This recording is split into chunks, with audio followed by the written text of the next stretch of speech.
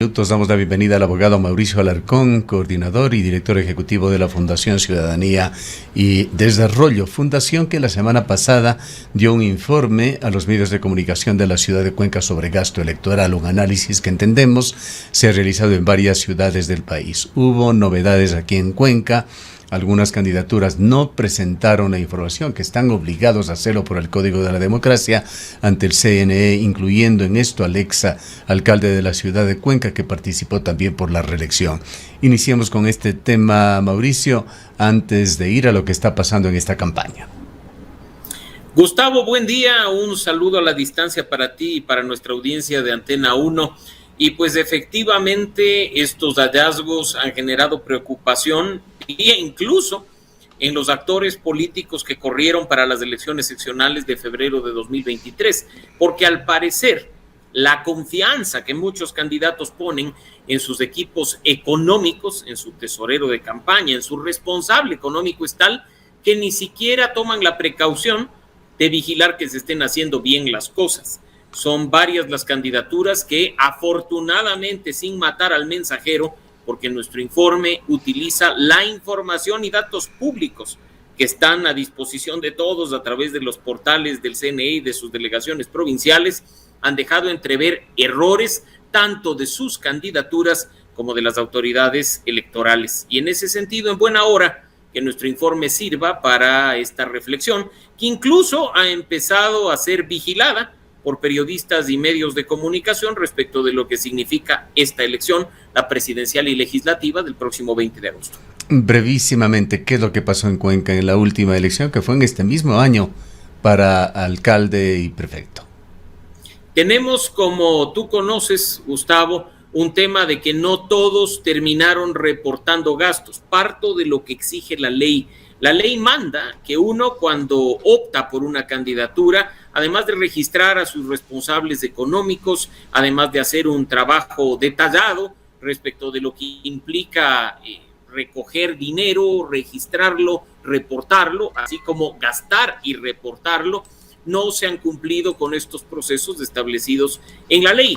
Y en ese sentido, tú has visto con seguridad y has revisado el informe, lo sucedido particularmente en la ciudad de Cuenca, donde varios candidatos tienen problemas al momento de reportar, bien sea los ingresos, los gastos o las dos cosas. El hoy alcalde Cristian Zamora, por ejemplo, reporta una cifra sustancial de ingresos, más de $50,000, presenta todos sus reportes quincenales, de acuerdo a lo que manda el Código de la Democracia, pero en dichos reportes únicamente constan $10 de gasto, lo cual indudablemente no es racional ni mucho menos. No queremos acá decir que se está planteando un tema ético, ni mucho menos, sino de nuevo ese tema de que los candidatos y sus equipos muchas veces, como dicen, no nos van a controlar, terminan llenando los formularios de cualquier manera y teniendo problemas, ¿no?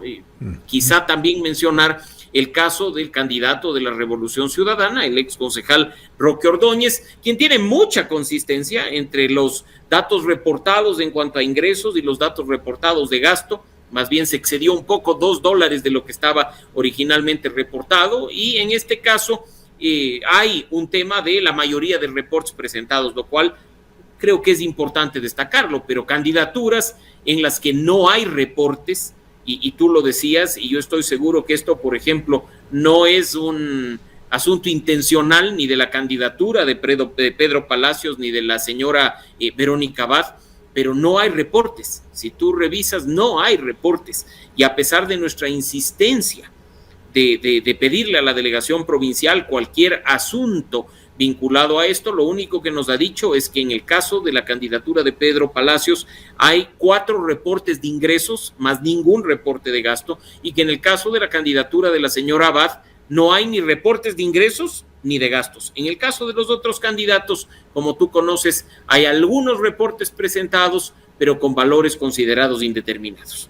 Además de un tema necesario de transparencia, está también los temas de carácter legal, aunque el historial del CNE en poner sanciones por estas situaciones es bastante pobre.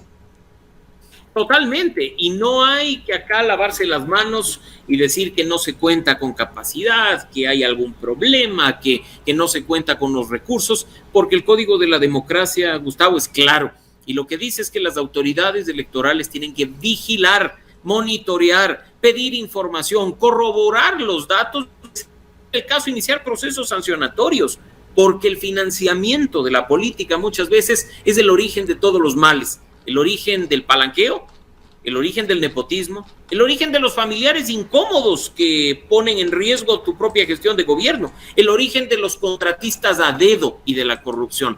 Así es que por eso es importante, cuando una persona asume una candidatura, que lo haga con total y absoluta convicción de rendir cuentas, no solo ante la autoridad electoral, sino ante el país, ante los mandantes, ante los electores. Y pues ojalá este tema, que ya está en plena vigencia desde febrero del 2020, no hace pocas semanas, pueda ser implementado a cabalidad y pueda dar buenos resultados. Transitemos a lo que está pasando hoy. El Consejo Nacional Electoral hizo una publicación en su página web de cómo iba el gasto de campaña de cada uno de los candidatos. A Fernando Villavicencio se le puso en el tope con $3.400.000. El candidato ha reaccionado señalando que esa información no la ha entregado su campaña, su alianza. Ha dicho que su candidatura no superaría en gastos electorales los $300.000 y que hasta el 10 de agosto presentará el sustento técnico financiero. Diríamos que hay, no sé si prudencia o cómo calificarlo, pero los candidatos no quieren aparecer con cifras altas, por lo menos en lo que se refleja a través de las cifras oficiales. Preocupa de nuevo esa desconexión que existe entre los candidatos y sus equipos de campaña. Tú lo has dicho en cuanto a los presupuestos, que son datos que cada una de las campañas tienen que entregar al Consejo Nacional Electoral para que tengan una idea de cuánto pretenden recaudar y cuánto pretenden gastar. En ese sentido, esos presupuestos son datos referenciales que tienen que ser presentados en un formato que entregue el Consejo Nacional Electoral. Y acá no es momento de decir, vea, mi candidatura es austera y ese dato está equivocado, sino más bien de decir, por ejemplo, pensé que iba yo a tener más fondos, pensé que iba yo a poder hacer una mejor campaña, pero no lo he logrado. Y en ese sentido es que tienen que actuar las candidaturas. No el lavarse las manos o hacerse los desentendidos, cuando incluso, así como pasa con los planes de gobierno, estos equipos de campaña tienen una corresponsabilidad de quien está encabezando un binomio presidencial.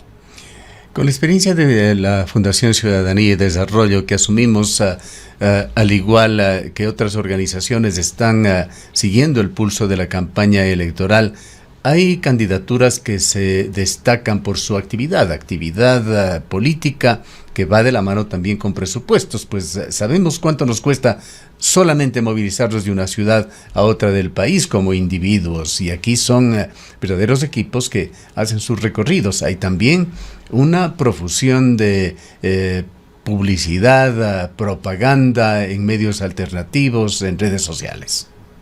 Y mira, simplemente para terminar con lo anterior, Gustavo, que me parece clave, si ustedes ingresan ya no a la página del CNE en general, sino a lo específico vinculado a las campañas, van a poder acceder a estos presupuestos que tienen nombre, número de cédula y firma de responsabilidad.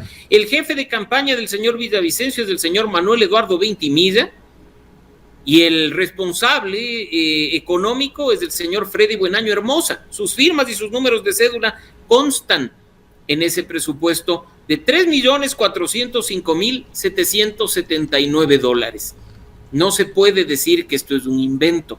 No se puede decir que esto es simplemente ganas de molestar o que no corresponde a la realidad, porque los mismos presupuestos están presentados para todos los candidatos, y tan debería preocuparnos el presupuesto de un candidato a la presidencia que tiene varios millones de dólares, como debería preocuparnos el presupuesto de un candidato presidencial que prácticamente pone que no va a gastar en nada, ¿no? Eso es un detalle no menor. Hay firmas, hay nombres de responsables, hay temas que deben ser vigilados, yo ya diría no solo por el CNE, sino por la ciudadanía y los medios de comunicación para pedir explicaciones. Y ahí entro en el segundo punto, en lo que tú mencionabas, porque dentro de estos temas es que se incurre en otro tipo de gastos, que se incurre en los temas vinculados, por supuesto, al pautaje en redes sociales, que claro, no es sujeto de control en cuanto a contenidos por parte del Consejo Nacional Electoral, pero sí en cuanto a ingresos y gastos. Esa pauta, que particularmente respecto de Facebook y de Instagram está incluso disponible con datos para cualquiera de nosotros a través de la biblioteca de anuncios, muchas veces no es reportada y eso genera problemas serios. Entonces no es cuestión de simplemente lavarse las manos, es cuestión de rendir cuentas y hablar con claridad al país. Otro tema que por el quehacer, por la actividad que tiene su fundación, Mauricio, es importante, es interesante, pues se sacan lecturas también de esto. ¿Quiénes son los principales asesores de campaña que se sabe a ciencia cierta están participando en Ecuador? Ese es el punto que también debe ser transparentado, Gustavo, por las candidaturas. Y yo te diría, no me preocuparía tanto un asesor de campaña, un estratega electoral, como los equipos que están asesorando a los candidatos en los distintos temas. Del fin de semana, tú quizá viste una publicación del candidato Yacu Pérez en el que decía: me acabo de reunir con mi equipo experto en seguridad, son los asesores que van a acompañar mi gestión de gobierno en seguridad, y hay 2 personas que son identificables en el grupo y del resto, más allá de la foto, no hay nombres. ¿Quiénes están también detrás de los otros candidatos? No solo en temas de seguridad, sino en temas de economía, también en temas vinculados a la lucha contra la corrupción. Son detalles importantes, pero volviendo a nuestro tema principal, ¿quiénes están financiando las campañas? Hay normas que se tienen que cumplir. ¿Quiénes están detrás? ¿Quiénes tienen interés en poner dinero en los candidatos? ¿Lo están haciendo porque creen en su causa, porque quieren verlos con algo de poder, o porque después van a sacar rédito, como en todas las campañas electorales anteriores de quienes han llegado al poder? Que después no nos sorprendan cuñados incómodos, gerentes de empresas públicas que se saltan a los tejados o aparecen en otros países, o aquellos que, aprovechando el Sistema Nacional de Contratación Pública, buscan el retorno de sus inversiones electorales. Por eso es que es necesario en esta campaña, más allá de enfocarnos en las propuestas y en los planes de gobierno, hacer las preguntas incómodas que los candidatos prefieren obviar. ¿Quiénes están con ellos? ¿Cuál es la cercanía de sus familiares? Mira que incluso el tema de los familiares toma una importancia brutal después de lo sucedido la semana pasada en Colombia, donde el hijo del hoy presidente Gustavo Petro asume la responsabilidad de haber recibido dinero ilegal para el financiamiento de la campaña de su padre. Y ese es un detalle no menor. Los familiares incómodos no solo han estado presentes en Ecuador con el cuñado de Guillermo Lasso o en Colombia con el hijo de Gustavo Petro. Hay problemas con el hijo de Andrés Manuel López Obrador en México. Hay problemas con el hijo de Michelle Bachelet en Chile como expresidenta. Hay problemas con la esposa de Pedro Castillo, expresidente de Perú. Así es que hasta los temas de la familia cuentan cuando de integridad y de ética en la gestión de gobierno se trata. En este fin de semana hemos observado en las redes sociales acusaciones, entre comillas, a Otto Sonnenholzner de estar asesorándose con un estratega político ecuatoriano muy conocido, pero al mismo tiempo desmentidos desde su campaña, señalando que Víctor López, el asesor de Bukele, es el mismo asesor de Otto Sonnenholzner. ¿Podemos por lo menos confirmar este dato?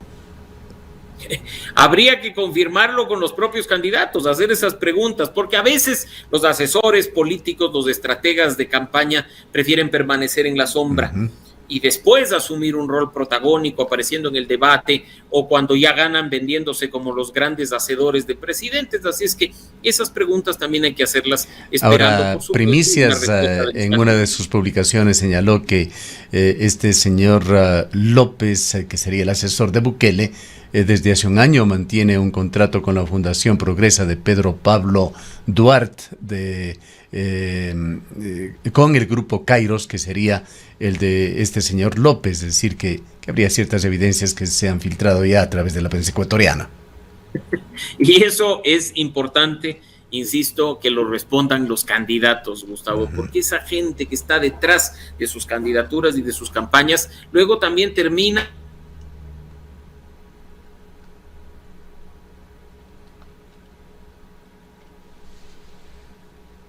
tenemos un corte en la señal que esperemos sea breve.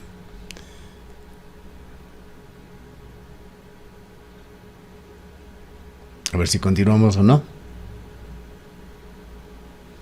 Aparentemente hemos perdido la señal. Estábamos en diálogo con el director de la Fundación Ciudadanía y Desarrollo, Mauricio Alarcón. Parece que tenemos problemas en la señal. En todo caso, conversábamos sobre los asesores de campaña y sobre este tema vale la pena.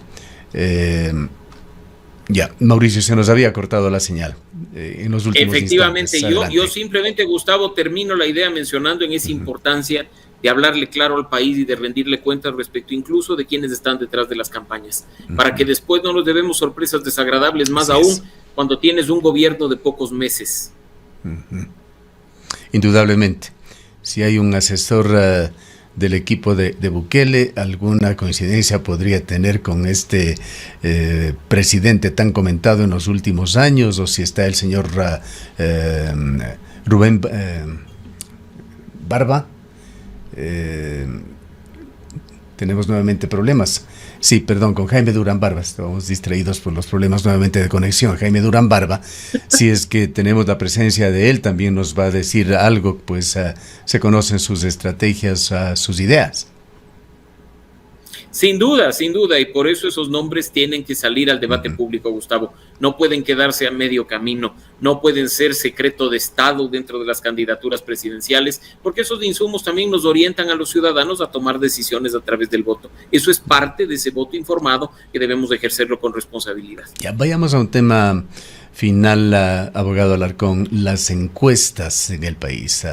Me parece que hubo 10 encuestadores, algunas personas jurídicas, otras personas naturales que fueron calificadas por el CNE, y las encuestas fluyen en estos días en medio de los comentarios del desprestigio. Jaime Durán Barba justamente acaba de publicar un artículo en el cual señala que hay un mal uso de las encuestas, pero señala también que son muy importantes para reflejar las expectativas, incluso la calidad de un electorado. ¿Qué dicen las encuestas? ¿Qué se puede esperar en esta penúltima semana que suele ser clave, que suele dar puntos de quiebre en el comportamiento de cada una de las candidaturas? Hay encuestas y encuestas, Gustavo, y ahora todo el mundo se cree además con capacidad de ser encuestador. Creen que porque tienen una línea telefónica o porque tienen una cuenta de Twitter pueden hacer encuestas. Y mientras no exista una ficha técnica detrás, mientras no se haga una cobertura nacional, mientras no se cubra proporcionalmente los rangos etarios o la proporción también de zonas urbanas y rurales, la encuesta no será más que una cifra tirada al aire. Los datos son importantes para hacer campaña, los datos son importantes para orientar la opinión pública, pero la enorme irresponsabilidad con la que han actuado muchas encuestadoras en el último tiempo genera dudas ante el elector. Y en ese sentido, además, teniendo un alto porcentaje de ciudadanos que están esperando subirse al carro de quien esté en segundo lugar, la responsabilidad por parte de las encuestadoras es enorme. Partamos de lo que tú ya decías, un registro de encuestadoras y centros de estudios de opinión ante el CNE. Ese registro es clave para saber al menos quiénes han pasado un primer filtro. El segundo, de nuevo, sería vincularle a temas de transparencia, que nos digan esas casas encuestadoras si están trabajando con algún candidato, para saber si tienen sesgo, para saber si tienen compromiso. Y finalmente, no ser irresponsables en compartir encuestas que no tienen pies ni cabeza. Y me refiero al resultado de una encuesta de Twitter, donde los candidatos exhiben que frente a una pregunta a sus seguidores, ellos tienen el 80 o el 90%, cuando más bien deberían estar preocupados de por qué el 10% de sus seguidores no va a votar por ellos. Así es que ese tipo de indicadores que son superficiales, banales, que no responden a la técnica propia de las encuestas y los estudios de opinión, debería ser desterrado de cualquier espacio de opinión pública. Bien, muchísimas gracias a Mauricio por habernos acompañado. Siempre un gusto, Gustavo, a la orden. Un abrazo para ti y para toda nuestra audiencia de Antena 1. El abogado Mauricio Alarcón es el director ejecutivo de la Fundación Ciudadanía y Desarrollo. Son las 9:10 a.m. Sabemos que eres fuerte, perseverante, trabajadora y valiente.